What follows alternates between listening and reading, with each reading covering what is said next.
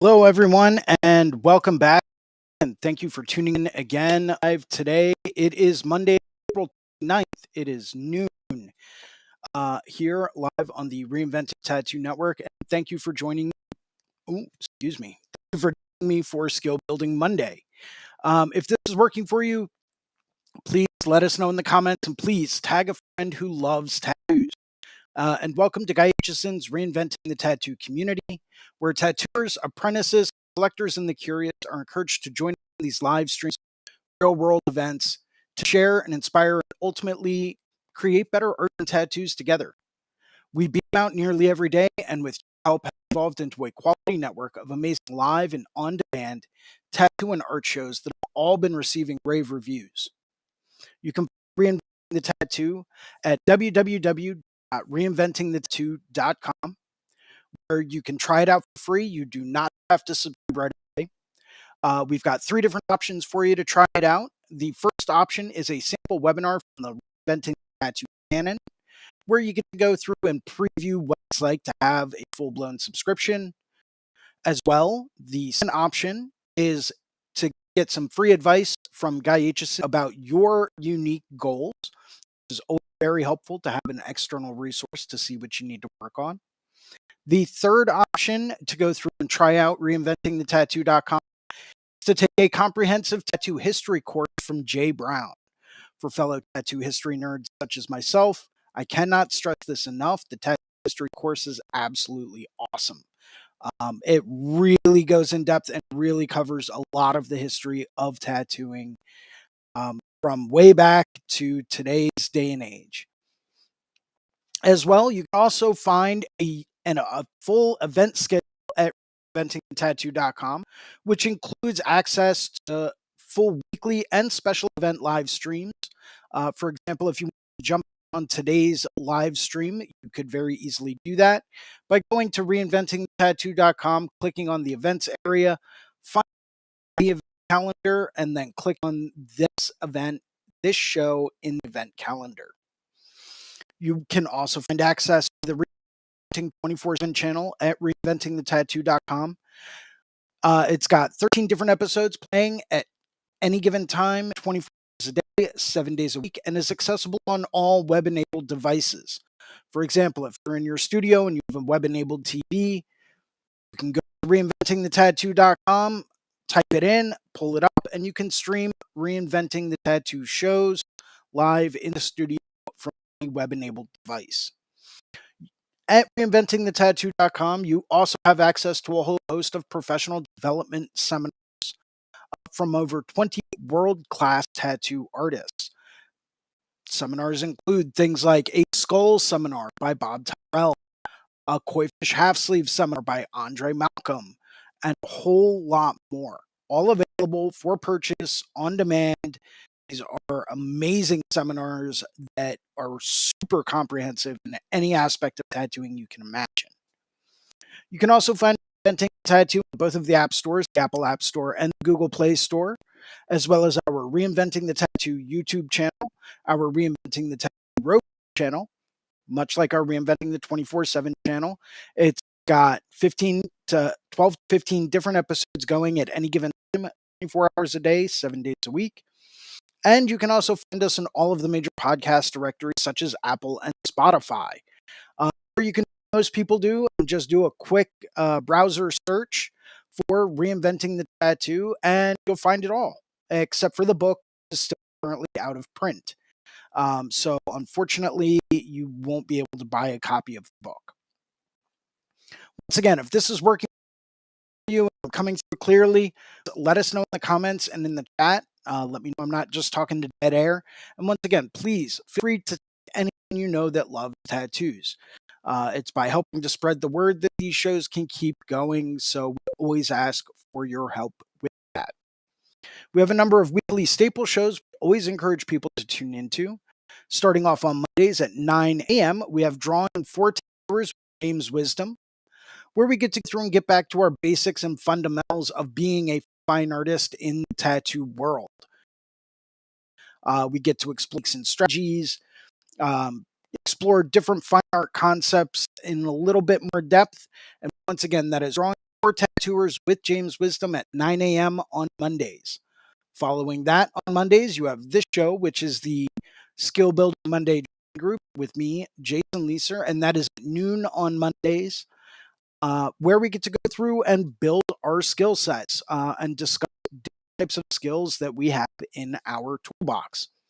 Whether that's working with Procreate and learning some different tips, tricks, and hacks in Procreate, or painting analog or drawing, all of that and a lot more. This is the perfect place to work on anything like that and tie that into the tattoos that you do.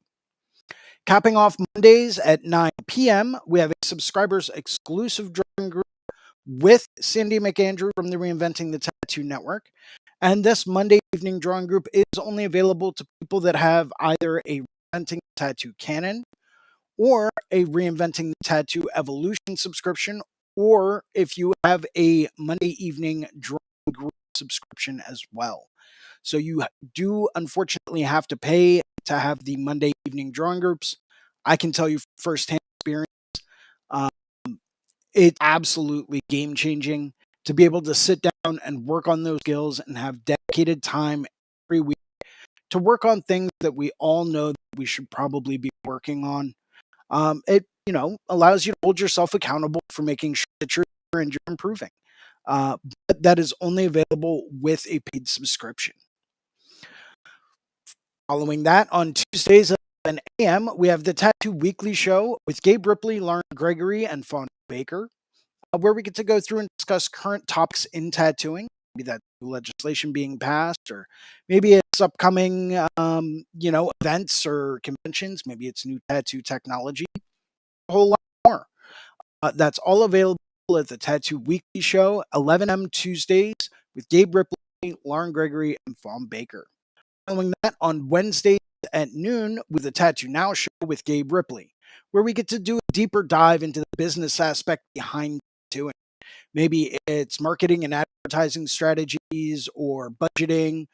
Maybe it's client resource management, CRM. Maybe it's a way to really help you maximize your booking process. All of that and a lot more is discussed once again. That's the Tattoo Now Show with Gabe Ripley, Wednesdays at noon. Following that and capping off the week, we have the Tattoo Collecting 101 podcast with Fawn Baker. We get to go through and talk about different things tattoo related. Some of it's about our journeys in the tattoo world. Some of it's about what to look for in a good tattoo artist. A whole lot of other topics are all discussed at the Tattoo Collecting 101 podcast. We have a couple of very special in-person events coming up. May 17th through 19th, Reinventing the Tattoo will be live in Columbus, Ohio at the Hell City Tattoo Convention, where we have special guest tattoo artists that will be in town doing tattoos live, including but not limited to Paul Booth, Derb Morrison, legend Joe Capobianco. I've been looking at his stuff since I was just real young in the tattoo world. Jimmy Litwack, Nico Perez, Ty McEwen, James Vaughn, Jesse Levitt, Ron Earhart, Marshall Bennett, and of course, yours truly will also be there tattooing. Is limited. If you do not have an appointment for the Hell City Tattoo Convention, I would reach out to whatever artist you want to tattoo you now. Get in our books because spots are running out quickly. Following that, June 23rd through 25th, Reinventing Tattoo will be back in Columbus, Ohio for the first ever Tattoopreneur Conference, a tattoo entrepreneurship conference, where we will have 3 days of business, art, and tattoo seminars with special guests Bob Tyrell, Lee Adams, Jake Meeks, James Wisdom, and of course myself. And that will be co-hosted by Dark Age Studios and Rember. If you guys might have heard that name, Rember does absolutely incredible surrealist style tattoos. Take a look at it if you are a tattoo artist and you are looking to really get a little bit better about the business side of tattooing. A look at Stop Up to the Red Tree Gallery, June 23rd through 25th for the Tattoo Entrepreneurship Conference. And say a very special thank you to some of our our sponsors and some of the people that make these shows happen.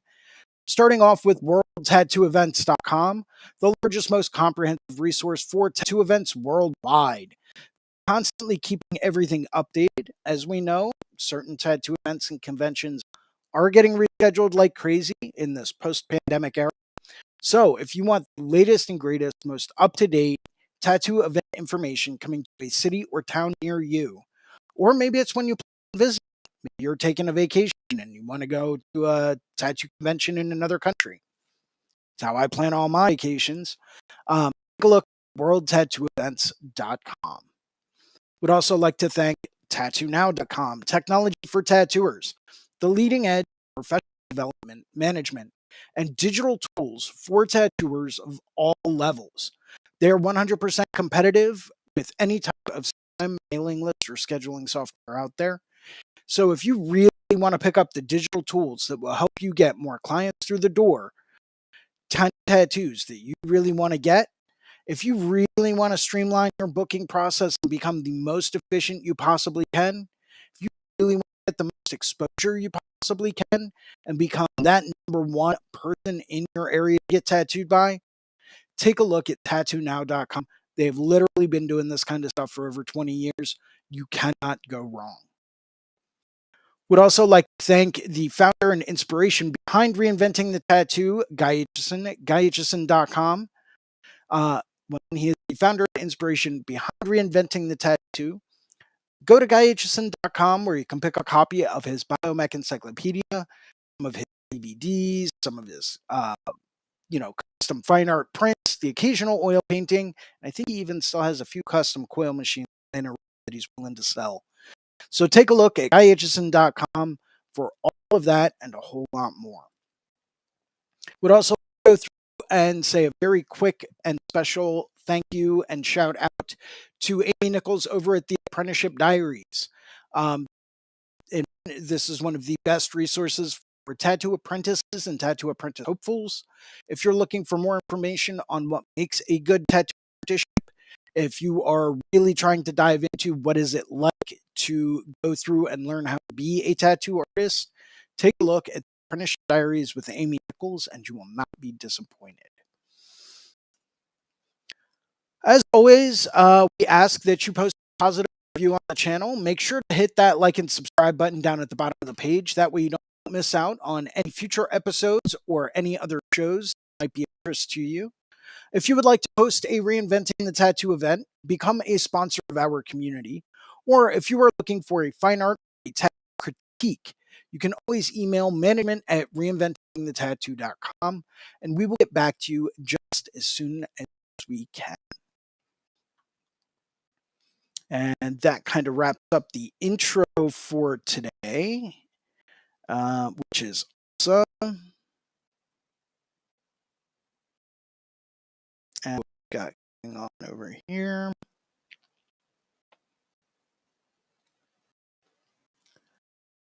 Let's see. Chats. No chats far. That's always nice. See anyone in the waiting room? Nope. Okay, awesome. Hopefully I'm coming through all right for you guys. Let's see. That should go in just a second. Cool. It's crazy. I'm like a one-man show here. I'm doing all the different screens and stuff like that from here to there and then all the way back. It's kind of crazy. Everything seems to be working well, which is awesome. So I did want to go through and talk a little bit today about convention preparation. I am working at the Hell City Tattoo Convention coming up. That is in Columbus, Ohio. And that is right around the corner. Out of 3 weeks before that convention. And I am falling a little bit behind my standard convention prep. Typically, I like to have about, anywhere from 5 to 10 brand spanking new designs that I like to bring with me to every show. Designs that are only available at conventions. It's kind of nice to have a little of that on order. But I like to have a full set of prints ready to go. I like to have all kinds of stuff. Merch is a great way to go through and supplement kind of the money that you make at tattoo conventions. So I always recommend people have at least something to sell. That way, people that might be interested in getting tattooed by you, if you get fully booked up, at least they can grab a print or a t-shirt or something like that from you. Um, it gives them a little takeaway. Even with what I used to do a few years ago is a whole bunch of little 5x7 or 8x10 prints. And what I would do is any person that I tattooed at the show, I would not only tattoo them, but I would give them a small print for free, kind of as like a nice little takeaway on top of the tattoo, just to show a little bit of appreciation. Within the next 2 weeks, I will be bringing more prints for the Healthy Show for myself for the booth that I will be working at, which I cannot wait for. Um, it's going to be a great time. I really can't wait, but I do feel like I haven't really prepped enough for it. And I always kind of feel that way unless I'm like seriously overpacking. This year, I will be doing something a bit different. I will be bringing original artwork to sell. Over the past few months, I've been painting my butt off um, anytime that I get a chance. In fact, I will be working on one of those today, just trying to finish one of them up before the Hell City Tattoo Convention. So I fully intend on bringing at least 3 to 4 different framed pieces to sell at the show. If anyone's interested in purchasing an original work of art, I will be happy to oblige. Typically, I only sell originals at conventions simply because I will be able to meet the person that's buying them. If that makes any sense, I know that it's going to go to a good home. It also, while I've been painting a lot, it's been helping me with a lot of the tattoos that I've been creating. Just focusing on contrast and shapes can really, really be beneficial if you're ever interested in really trying to start to take your stuff to another level. I highly suggest painting and drawing on a daily basis, at least for an hour or two a day. Um, at least an hour or two a day.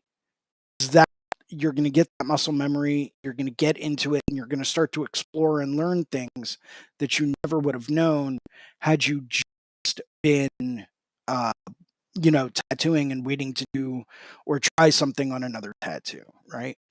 By painting and drawing, it gives you a way to experiment and to do stuff uh, on a surface that we can very easily throw out if we don't wait out, or we can rework it or paint over it or whatever. It gives us that opportunity where if we're doing that with a tattoo, that client's going to leave the studio and our name is attached to that tattoo. Maybe we don't really want to experiment on a paying client. Um, Not always the best idea, but some people do that, and that's fine. You know, um, as long as that person's willing to kind of go through and understand that they are being a little bit of a guinea pig. Um, and let's see what I got. I got some black and some white. I'm just working on something monochromatic, which I'm going to pull up for you in just a second.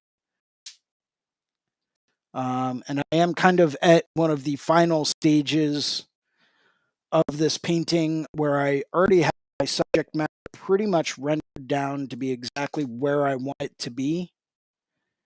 And now I'm just kind of tweaking things a little bit here and there, adding some bright whites, adding some really true dark blacks, just to really kind of push the contrast, maybe clean up some edges a little bit. And I'm always willing to listen to feedback. If anyone that is out there that is paying attention would like to give me some feedback on, something that I might be able to improve upon, or you think might need a little bump in contrast, or maybe something that you see that just looks weird a little bit. By all means, feel free to shoot me a comment while I'm painting, and I'll be happy to go through and discuss that. As well, if anyone has any question at any point in time, I'm more than happy to answer those. I'm just kind of picking out some brushes to use real quick. And we'll go with this guy too for some of these dark areas, just to blend it out. There we go. That'll do. And this stuff, for anyone out there that paints with acrylics, is like an absolute godsend. This is acrylic glazing liquid. And will allow you to get that oil painter without having to go through and actually use oils. I use a lot of this stuff because I like to work in glazes and build the look up. So, and I don't know. Okay, cool. So that's going. Grab a sip of magic bean juice.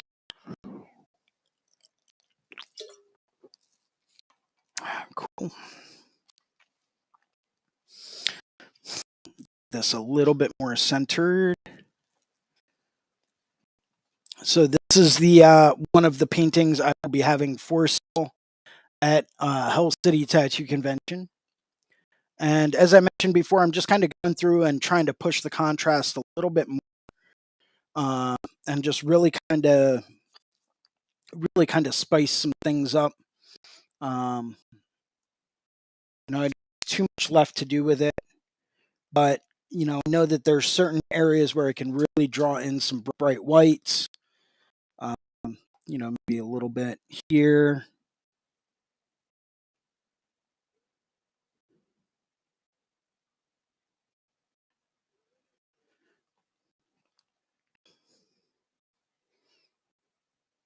Just right along this edge.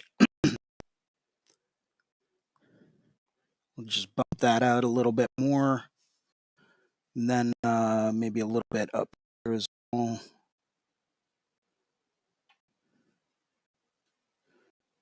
So I've been working on over the past week or two.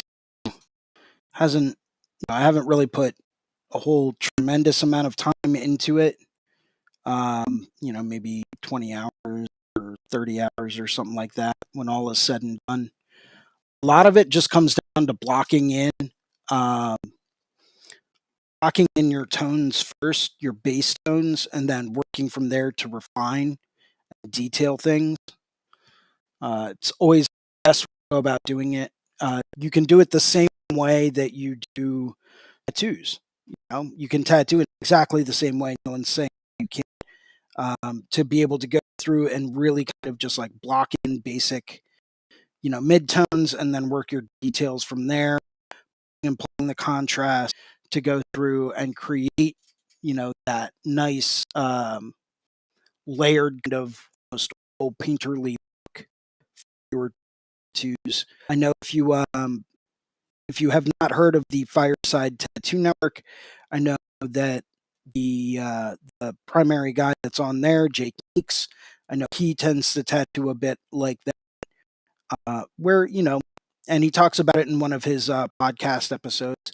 He'll go through and maybe he'll lay down some midtones, and he'll take things from there, and he can push and he can pull the contrast, go a little bit lighter, a little bit darker, and he can build it up just like it was an oil painting.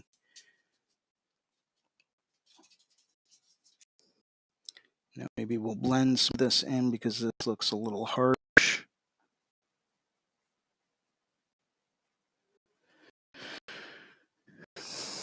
Give me a little bit more of this glazing medium. Now, anytime I use any of the glazing medium, I know for a fact it's going to heal up a little bit lighter and a little bit more translucent.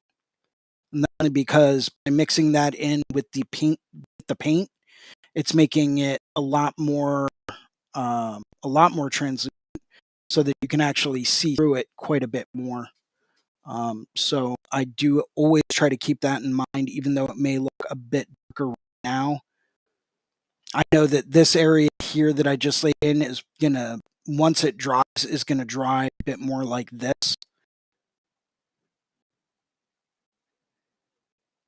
I used to make the mistake all the time of thinking that the paint that you see it's wet is gonna be the way that it dries, but just like in tattooing, you have to remember that as the tattoo heals, that color is going to change slightly. Maybe it's going to become, especially if you're working with a cover up, maybe it's going to become a bit more translucent. You might through it a bit more. Maybe it's going to be, based on the underlying skin tone that you're working with. Maybe it's going to, darken up a bit, or maybe it's going to stay a bit lighter. So you always have to factor that in. And that's why I don't really enjoy working on canvas that's pure white to begin with. Always tint it or tone it down a bit, just so that way it's a bit more akin to working with an actual tattoo. Plus it really allows you to go through and really push and pull your lights and your darks.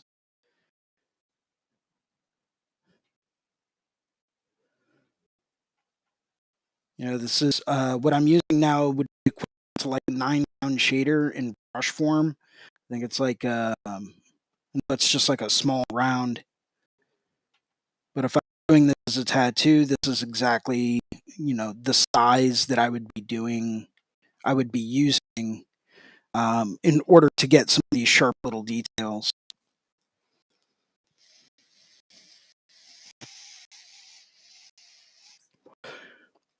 It was almost like up until a year or two ago, and this is going to be really, really bad, but up until about a year or two ago, I had completely and totally like put it out of my mind that needle companies actually made small round shaders, and those are absolutely amazing for getting tight, tiny little details into things. You can really use them to just refine edges, really build up detail, texture, and you can really use those to really put some nice bells and whistles onto a lot of the tattoos that you do. Um, I'll go as small as a 5 round shader if I need to. I'm not really a big fan of threes, like loose threes. To me, I don't get it. I'd rather just use like a 5 liner or something like that. Um, I'll use loose 5, loose 7, loose 9. Lately, I've really been in love with a company called Liberty Tattoo Supply. They make a brand of tattoo cartridges called Vulcan cartridges. Absolutely been in love with their bold 11 round shape lately. They have been absolutely incredible. If you have never heard of Vulcan tattoo needles, take a look. Their their bold shaders are absolutely amazing. You can use them to line, you can use them to shade, you can use them for you know building things up, or really packing stuff in there. It's a nice semi loose configuration. It's not super super loose, so you can still control it, but it is really really nice to go through and be able to have the flexibility to shade with it if you need to. So just like if I was tattooing, you'll notice me skipping around a bit. I was working over here, then I went over here, then I went over here. Now I'm back over here a little bit. Giving everything a chance to dry and kind of settle in. And the reason that is because I typically tend to paint like I tattoo. You don't want to overwork or over damage one area. So skip around a bit, hop around the piece, do a bit here, a bit there, especially if you're working with some colorful stuff. Go through, find an area where you do all your dark blue, and hop around. Do here's dark blue, here's dark blue over here. Here's this gets a spot of dark blue over here. This area gets a spot of blue, and now I'm going to go through and I'm going to build my mid-tone blue into all of those areas, and now I'm going to build my light tone blue into that in all of those areas. I'm going to start to mix in some nice yellow, and next thing you know, I'm going through and it's like, oh, well, here's a yellow spot, here's a yellow spot. So you're constantly moving throughout the piece. What that's doing is that's allowing certain areas to calm down while you're working in other areas. You can maintain maximum efficiency without going through and really damaging the skin. And it's something was a little piece of advice that I was given by a guy who's way better than I am, is always hop around, always move around, and then move on. Work on an area and then move on. That way, you're really not gonna one up. And if you give it just a little bit of time to go through and calm down, you'll be surprised at how well areas heal. Even if you go back into them 3 and 4 times.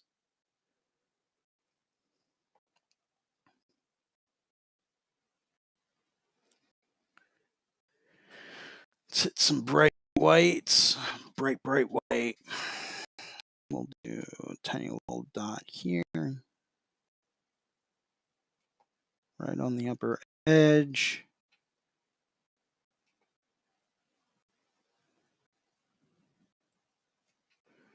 Same thing here. This gets a bit of bright white.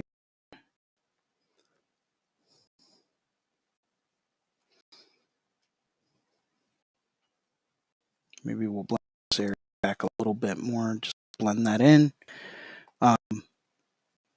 If anyone out there were to ever watch me start a painting, I will go through and I will use like a liner brush to actually line out a piece in, basically like a gray wash ink first, in order to go through and make sure that, you know, all of the areas and hard edges that I know I want to have be super hard edges, I know that those are going to stay super hard edges.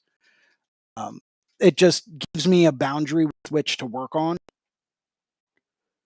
A little bit more really bright white over here. Just kind of dab that in. Almost like we were scumbling. Cool.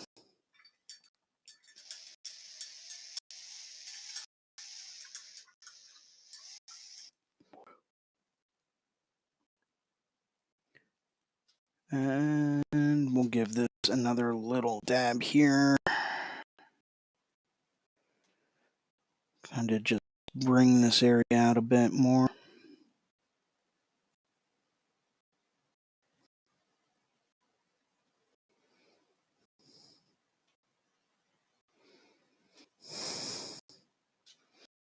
You know, just give it a little bit of a kind of bumpy, almost rough highlight. Nothing super slick or super smooth. When I give it almost like a texture. And what that's going to do is create the illusion of texture. Back to this spot a little bit.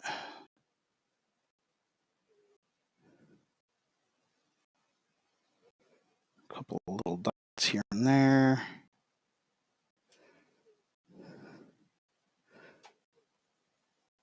And then maybe I'll add a little bit. Front edge of this guy will catch the light a little bit. If anyone has any questions, comments, anything like that, let me know by all means. Let me just check and see if anyone else has decided to join us. Some.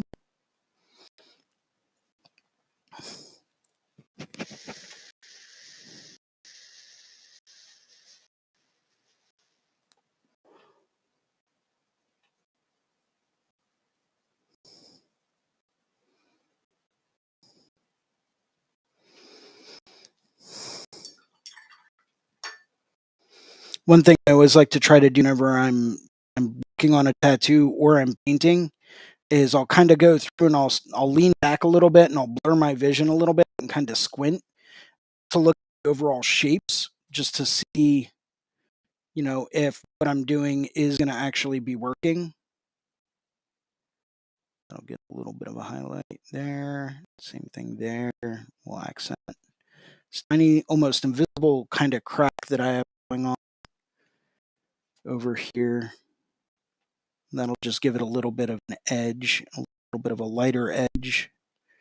Maybe a little bit more light.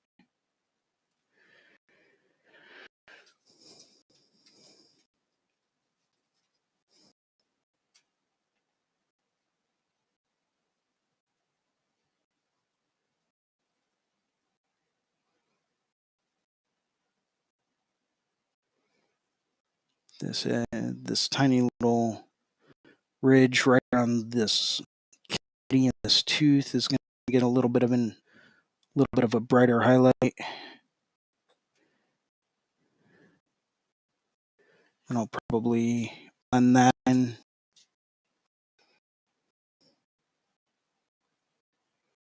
a little bit more. All this kind of like tiny little detail stuff I'd always save for like the last session, just to tweak certain tiny little things after a tattoo comes back in. You get to see it fully healed. It's awesome. You love it, but maybe there's just a little bit of tweaking that you like to do here and there. That is what I always save for the last session. Maybe just add some bright white, maybe, kind of bump the contrast, give it some really dark darks, just in certain spots to really emphasize the stuff that you want to emphasize.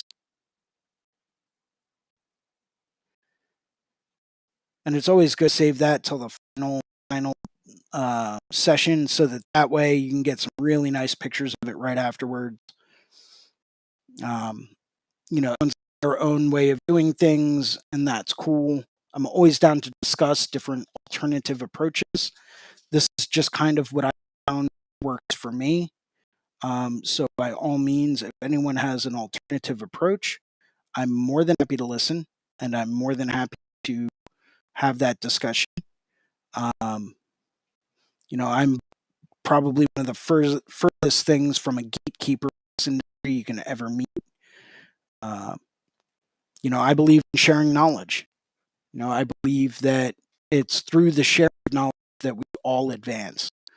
As a very good friend of mine, Seth Mushrush, once stated, "Tide lifts all boats." I want competition. I want people to turn around and do better than me, so that it will me to do better myself.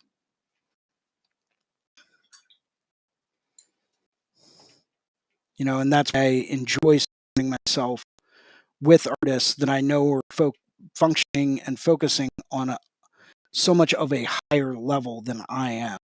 That's why I'm very excited to go and work at the Hell City Tattoo Convention this year, um, to work alongside guys like Bob Tyrell, Paul Booth, Dante Almodovar, guys that I really look up to, guys that I really admire just for their discipline, in the craft, but also for, um, just what they've been able to achieve and what they've been able to learn over the years.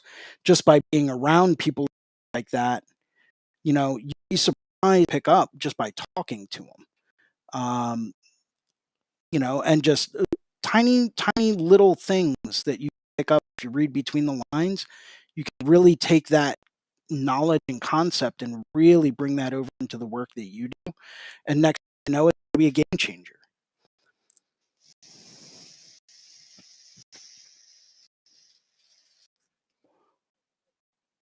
Let's just go with a little bit more of like a light glaze here. Don't want this to be super bright, but I just want to tweak it out just a hair. Sometimes I'll use my finger and just kind of brush some stuff in, or smooth in. It's just something I've been doing since art school. Sometimes I like to call it finger painting. Sometimes I'll use a paper towel, but not typically. And then I did notice an area that I think needs a little bit more of like a lighter glaze, and that's here.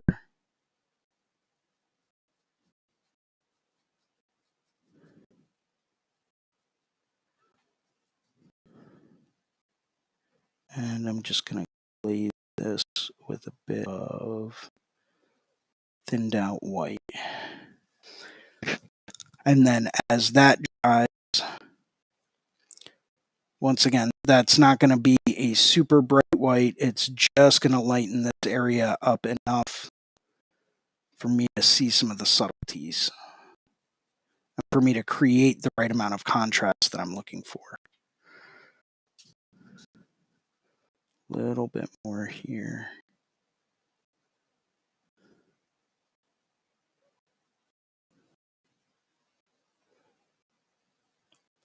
And I'm always very careful to try to not overwork a painting, because we've all done that at some point in time, where you sit down and you turn around and you're like, man, I should have just left that alone. Really did not want to take it to this extent. And now I have to go back through and rework all of these areas just to make sure that everything looks right and blends right. It's got the right lighting. So I'm very careful to work to build up what it is that I'm making. Because Lord knows I've overworked plenty of projects in my life, to the point that, get tired of looking at them, and you know that there's no way you can really come back from it. So it's kind of like, okay, well, um, I'll throw that one out and I'll move on to the next one. A little bit of water just to thin this out a little bit more. And this is one of those things that I really enjoy using that glazing medium with. Um, if I really don't like it, I can always take a paper towel and I can blot it. I'm about to do and do it again, because it extends the workability time of the acrylic paint that I'm using. So I can go through and blot it.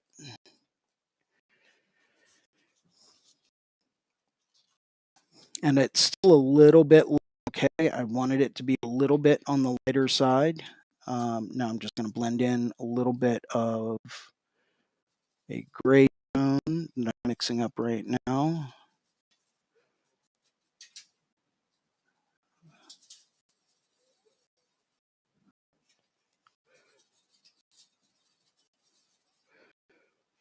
And then this should give me just enough gray. And that back in right there at that top edge. Just enough. Same thing with here. I want to keep this area just a hair darker to allow the edge of the edge of that nostril to kind of come forward just a little more.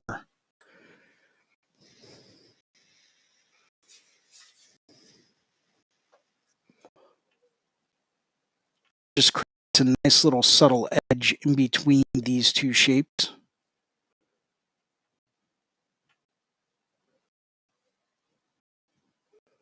Which will allow the individual areas to stand out more from each other.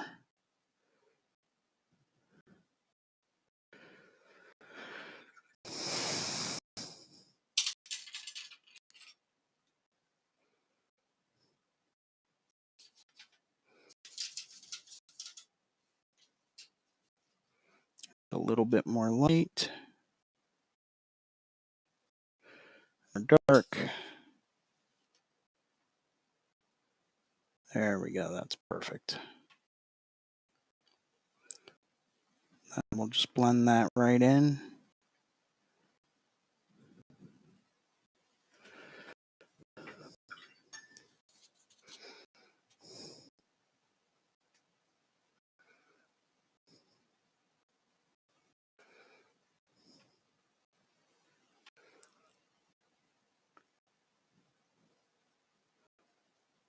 You know, when I paint like I tattoo, and I tattoo like I paint. So for me, there's a huge crossover between the two. People might not see that. They might not recognize that there is that kind of a crossover there, and that's why. Not everyone is going to understand that, but it's something that I've really started to pay attention to in the past few years, is that there really is a crossover, in my opinion, between any kind of a secondary medium that you're using. It doesn't matter if it's liquid acrylic or watercolor or oil or whatever. There's always going to be a correlation between the medium that you use to create art outside of tattooing and the tattoos that you do. There we go.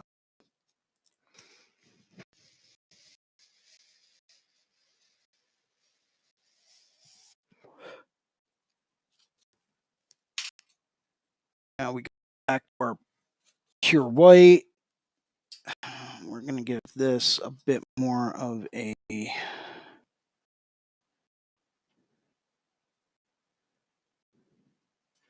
nice highlight edge.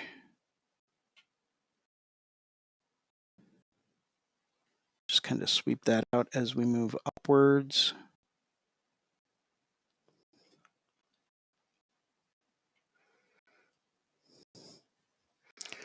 And that's going to give us a nice little sharp edge right along this line that's really going to stand out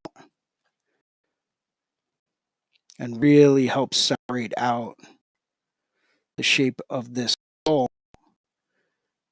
And it's going to create an effect called a perceived line.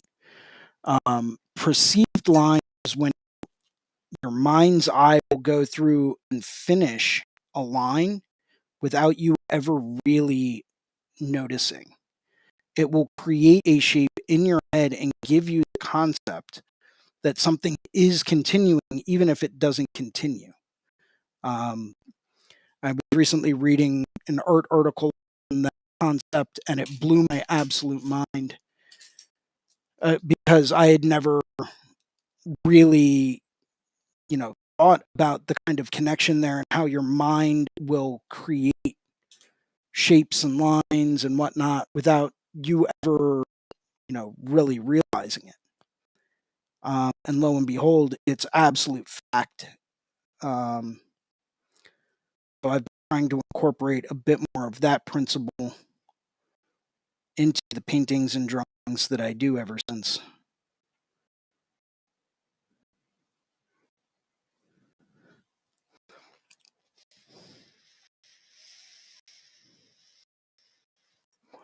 Does anyone have any questions? Hey, Mr. Iron Hex. Not quite sure what you meant there, but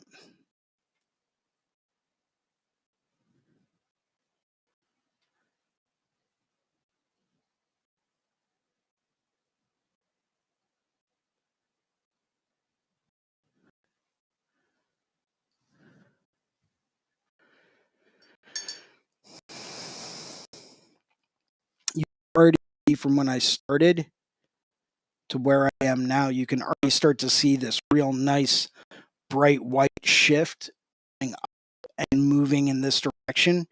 And that's going to draw your eye, right, to move along that line.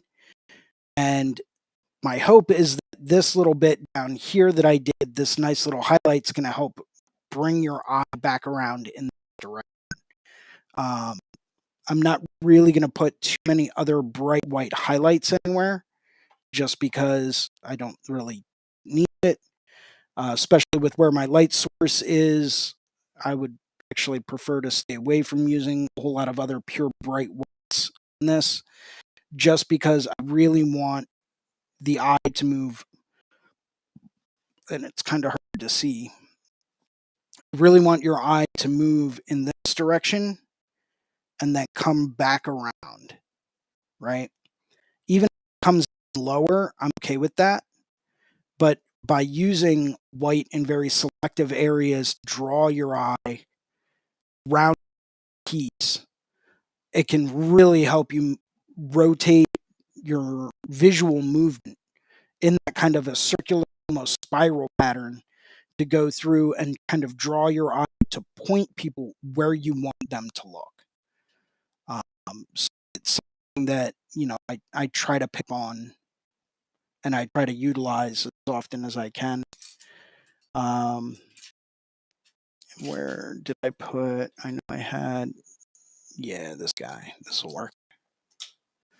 I am going to go through with a little bit of thinned out white and blend that harsh highlight that I have up here. I'm just blend that out a bit into this area of gray tone.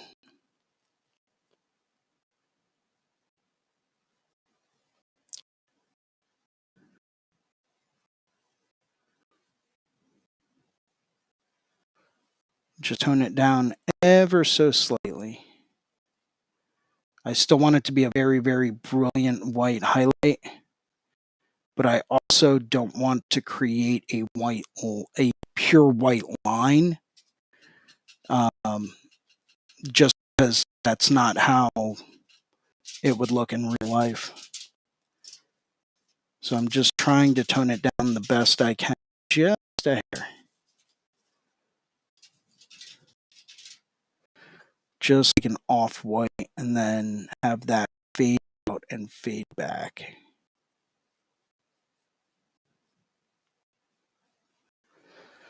A little bit more dark. And this is all acrylics. This isn't gouache. This isn't liquid acrylic. This isn't oil. This is all just straight acrylics. Most of it I was using, I forget the name of the brand, but it's like a really nice, very heavily pigmented, professional grade acrylic paint for most of this. These pure bright white highlights and the pure dark blacks that I'm going to be putting in just a minute. I'm actually using Turner's acrylic gouache, which is super opaque, but it's also super flat, very matte, so it's not going to create a shine or anything like that, which is exactly what I want to go for. I don't want this shiny. I want it to be very, very flat and matte. And that's only because I've never been a huge fan of like that super like liquid gloss kind of look. When it comes down to painting, I find that can actually be kind of distracting sometimes and take away from your experience of viewing the painting as a whole. So I always like to go with like more of a matte varnish. If it goes well, I will be varnishing this later today, so that way I can give that plenty of time to have that ready for the Healthy Tattoo Convention where this will be for sale. Give this just a hair lighter, and then I'll take a little bit of dark. Too much dark, so I'm going to thin that out a little more, even more than that.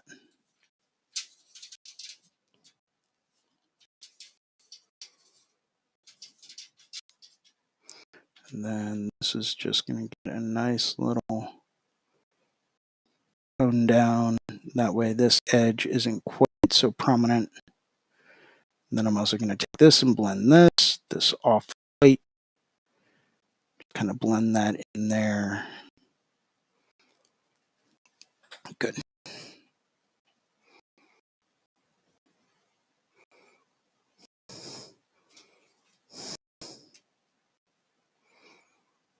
Tone the area down just a hair as well. I just want these reflections to be super, super subtle. I want them to be there just because it's going to catch the edge of the light just a hair.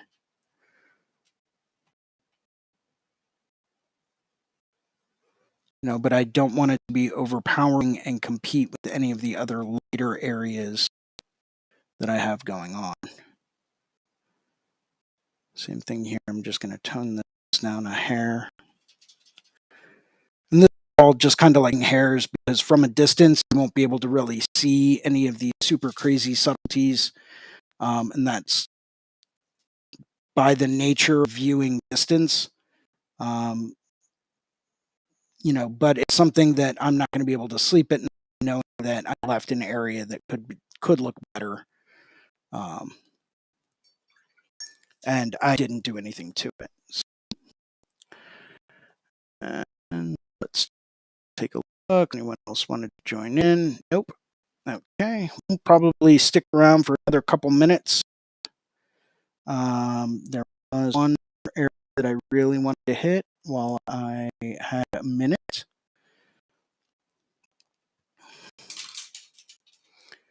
And that was... And the reason why I said before that I use this is all acrylic is because to me, acrylic gouache is just acrylic. It's just really opaque. To me, I don't really differentiate between acrylic gouache because when it dries, it's permanent, and regular acrylic paint because, I mean, if it's got the same principles of acrylic once it dries, what's the difference? This area here, I did want to go through and darken up just and just really kind of push this tooth that I have here that is so obscured and out of focus. You can't even really tell it's a tooth, but I know it's a tooth. But I did want to tone that down even more just to really bring that and push that to the background a bit more. And I'll probably leave like a little bit of a light on it just because it is off black. There we go.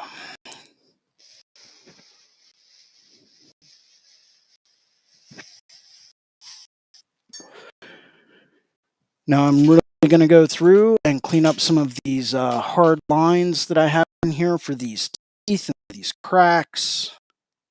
I'm just using a super tiny little watercolor brush for this because I can get a real nice sharp crisp edge on it.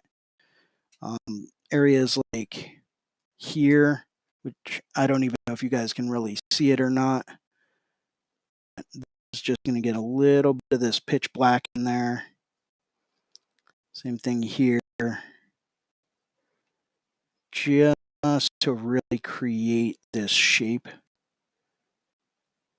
and really refine this edge a little bit more.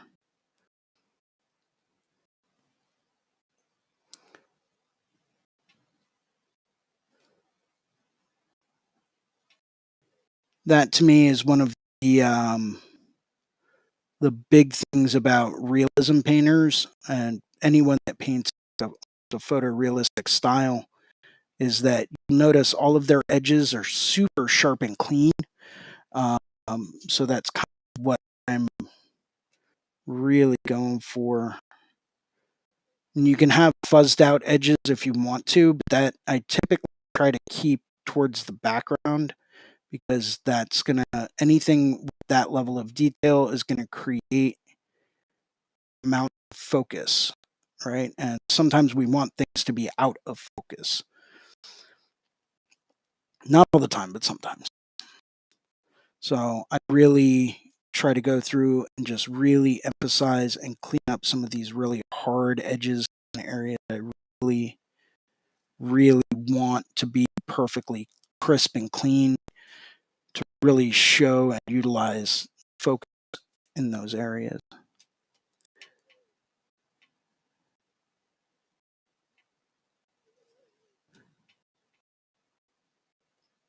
And because this is a super dark matte black, it actually appears even darker when it's dried, which I absolutely love. Because, as we all know in the tattoo industry, just like with the painting, not all black paints are created the same. Some densities, some have different tones and pitches, some are cool blacks, some are warm blacks. Um, I've been really playing around with a type of black called bone black by Golden, which is really cool. It can be pretty dark, but at the same time, it's also kind of translucent. So you kind of have to be careful about that. And good.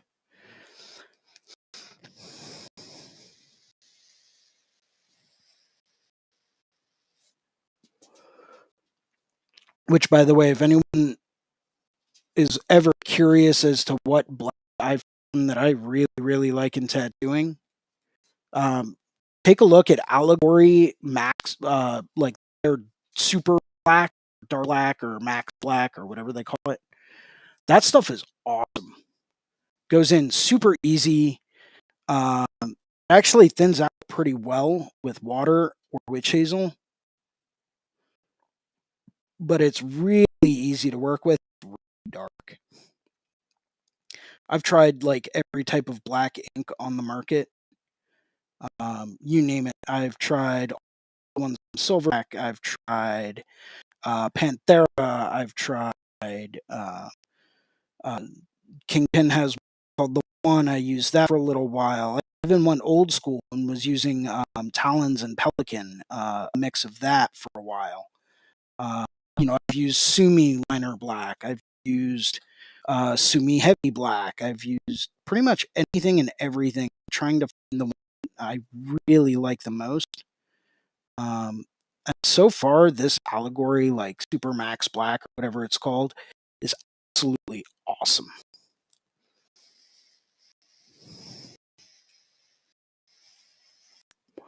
Just going to go through, add some super dark blacks in some of these little pits. The ones that I want to really be super, super dark at least.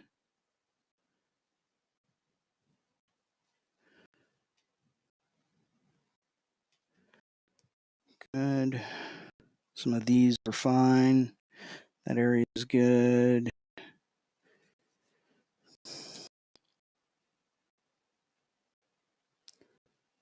I'll add this down here.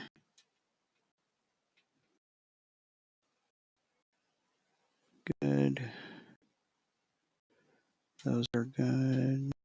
Just tweak this little edge in here a little bit more. Not that I think it's really going to matter a whole lot, but I'm just cleaning up a whole bunch of stuff. And then we'll go with a little bit of the inside of the nostril here.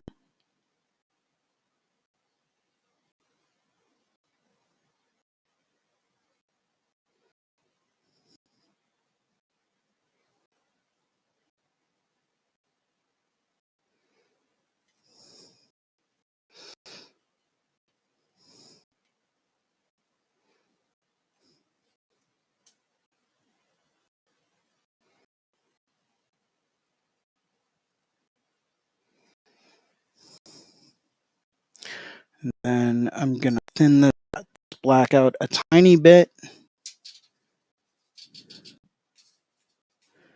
because I know it's going to dry a little bit lighter. I'm just a hairline dark edge, just to kind of bump the contrast here a little bit more. Going right up against that kind of like highlight area that I have,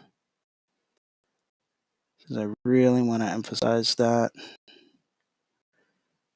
And if everything's light, nothing's light. And if everything is super dark, nothing is super dark. You lose a lot of contrast when you go through. If you're trying to go for super high contrast, make sure that you put some super, super darks right next to bright, bright whites, and that is alone will create that depth of contrast that you're looking for, because your eye needs something to compare it to. Right? If your eye doesn't have anything in the vicinity to compare it to, how's it ever going to understand what's really, really dark and what isn't quite so dark? It's human nature.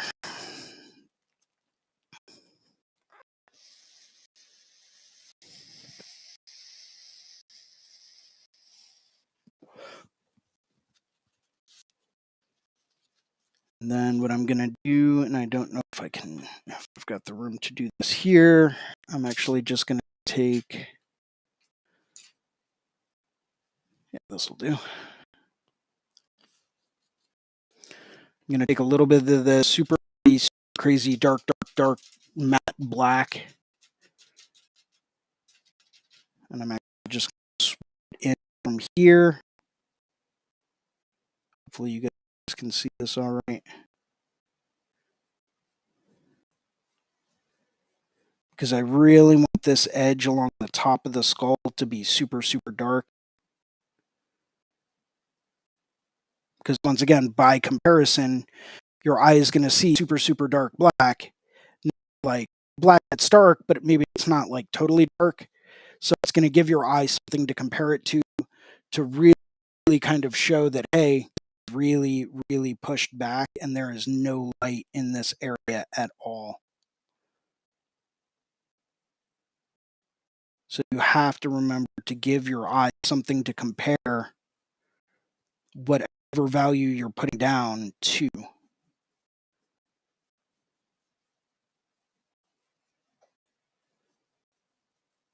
So I'm just kind of brushing this in lightly, using the dry brush technique almost, where I'm just kind of lightly working right off the tips of the bristles, just like I would be fanning it in right off my pins if I was working with a mag. Just kind of very lightly brushing it in, not laying anything down super thick, just kind of lightly fanning it in or feathering it in and then blending it out. This brush is pretty dry, by the way. That's called like a dry brush technique, because you can get some really nice light feathery blends. I did just rinse it off, so it's probably going to retain some water. So you got to make sure it's like super, super dry before you can use that technique again. Sometimes I'll actually have multiple brushes at the same size, and I'll go through and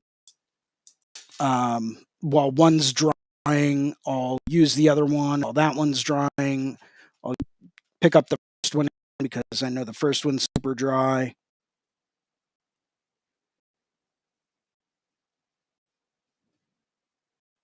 I don't typically like to do that just because you spend a whole lot of money on brushes, and sometimes it's absolutely unnecessary to have that many brushes, to have like 3 or 4 of the same kind.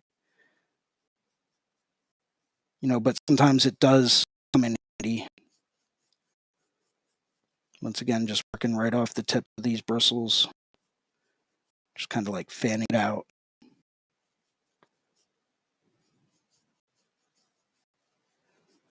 Just like I would be if I was tattooing. I don't know if you guys can actually see the difference that's made. I don't know if I've got the right lighting going on. Maybe I'll turn this up a bit more. Well, that's not gonna do.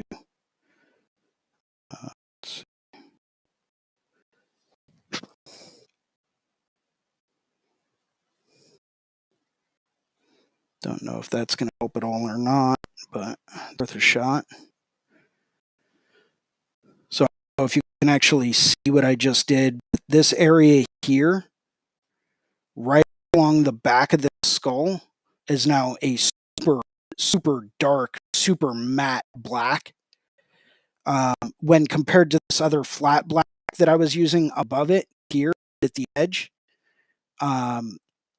even though this is a flat matte black, it doesn't have the same pigment density as what I just did in. So this is actually going to appear like a much darker edge, and it's going to be a lot more black than what's above it that's already dry. And that's only because 2 different companies, 2 different pigment densities on the blacks. More pigment density equals a darker black. So, just like if you try to use like a dynamic black versus something like an Allegory Max Black or a Panthera Black. Like Panthera's Super Black or Triple Black or whatever it's called is going to be way darker than Dynamic. Any day of the week, no comparison there at all. You're talking about 2 different solar systems of, pigment density. I've used dynamic True Black or Triple Black or whatever they call that. And that works all right, but it's not, once again, you're talking about different pigment densities that are going to have an impact on how truly dark and black it is. And I've found that the Allegory is the better of any of the ones that I've used. Panther is good. It's super, super dark. I do like that as like a good backup, but Panthera can be a little bit thicker of a pigment.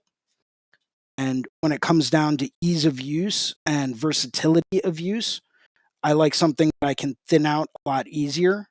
Pantera is so thick and dense of a black, you almost can't use it for anything, even their liner black. You almost can't use it for anything except for outlining. It does not thin out well. You cannot get a good wash out of it. I've tried everything, and it doesn't happen.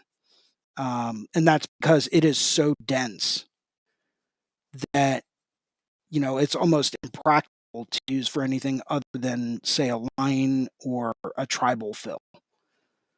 That's why I've really been attracted to the Allegory Ultra Black or Max Ultra, whatever they call it, their new one, like super dark.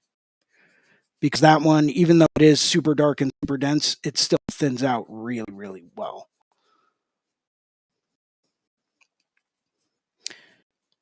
Yeah, I used Dynamic for a while, and I just wasn't really happy with how it would heal up. So I couldn't use it anymore. Like, to me, it healed up almost like gray as opposed to like a true black.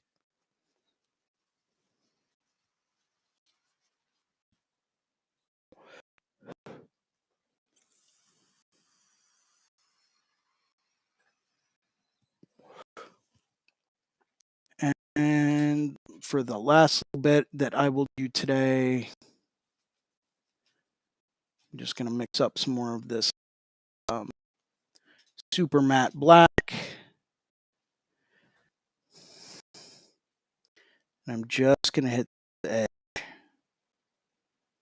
Just clean this edge up a little bit more.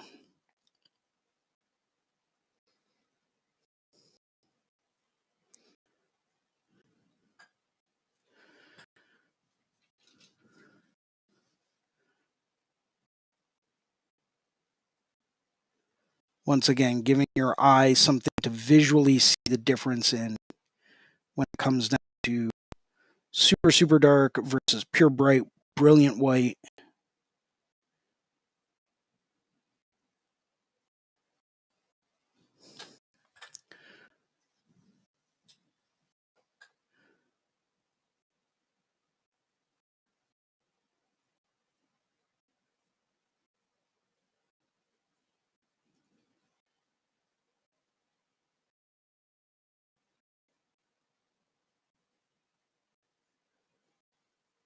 Just really want to emphasize that contrast.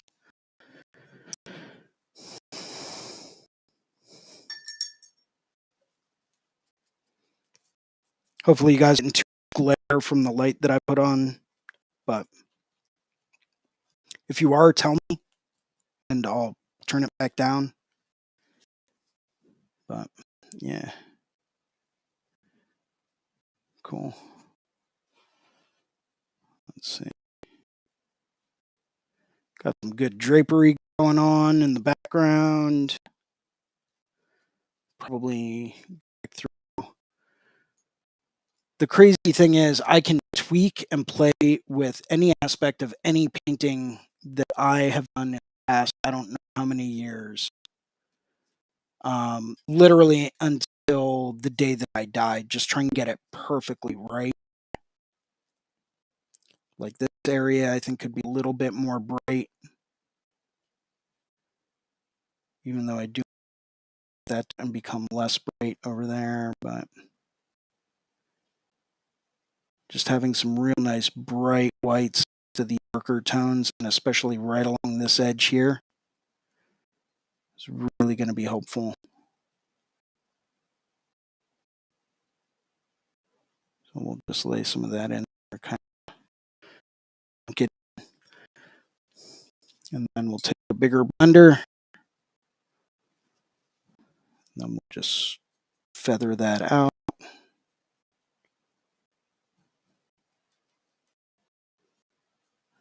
And that should give me the desired look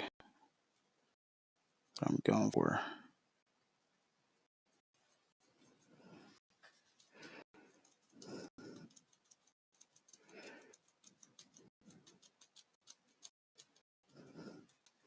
Cool. Well, hope you guys Hope you guys got something out of today. Thanks for tuning in, for watching. I'll switch this back over here. My name is Jason Leeser. You can find me on Instagram at Inc. And you can find that right up here. Go through. Feel free to send me a DM if you're looking to get tattooed at me. Happy to tattoo you. Got plenty of openings available on Friday and Saturday. Sunday is going to be kind of tricky, but if it's something small, I might be able to get you in. Otherwise, thank you guys all for tuning in today very much. Really appreciate it. It's because of people that watch that we can keep these shows going. So please, once again, tune. Keep those hands busy. Keep yourself motivated. Keep yourself going. If you're not painting, draw. If you're not drawing, hopefully you're tattooing. And if you're not tattooing, I hope you're doing one of the other ones too. So it's something that we can all every just to help us, even if it's only for an hour a day, just helps us keep everything moving forward. So until next Monday, which will be episode 150, party, yay. So we've got episode 150 coming up next Monday at noon here live on the Reinventing the Tattoo Network. Once again, this has been Jason Leeser. Thank you for tuning in for Skill Building Monday. I will catch everyone next week. Till then.